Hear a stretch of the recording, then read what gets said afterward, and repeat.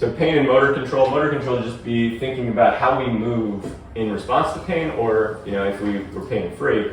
So the first study, looks at low back pain versus no low back pain, and it found several things that we'll talk about the implications of. But basically, one is just tendency to move slower. Second one would be less movement in the pelvis, more rigidity of motion. So a lot of times the cueing or the advice for people when they're in pain is like move less, right? Like, well, people are already doing that.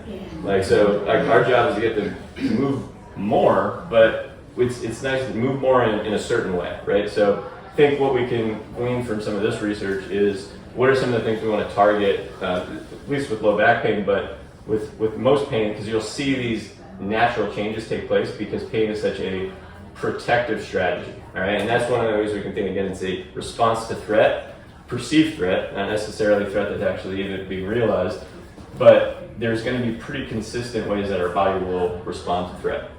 All right, so more in-phase coordination, which just really means less reciprocal motion, opposite arm and leg motion with walking or locomotion, higher muscle activity in the erector spinae, which is the superficial back muscle. So it means we're protecting like crazy, so that muscle activity is just protection, all right?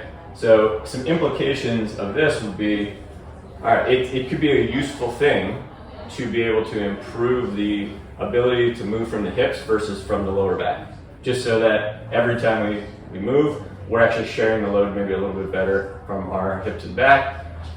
Try to improve the reciprocal motion of gait, the efficiency of gait, which allows us to walk a little faster, gait just being another term for walking.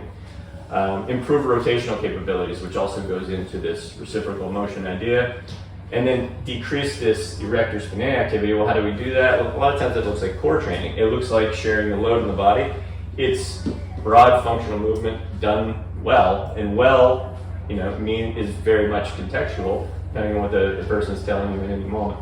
Relaxation techniques to reduce protective strategies, and then gradually improving the adaptability to varied situations, right? So that's not a simple thing, but that's what everything that we do as therapists, as movement professionals, really should be about.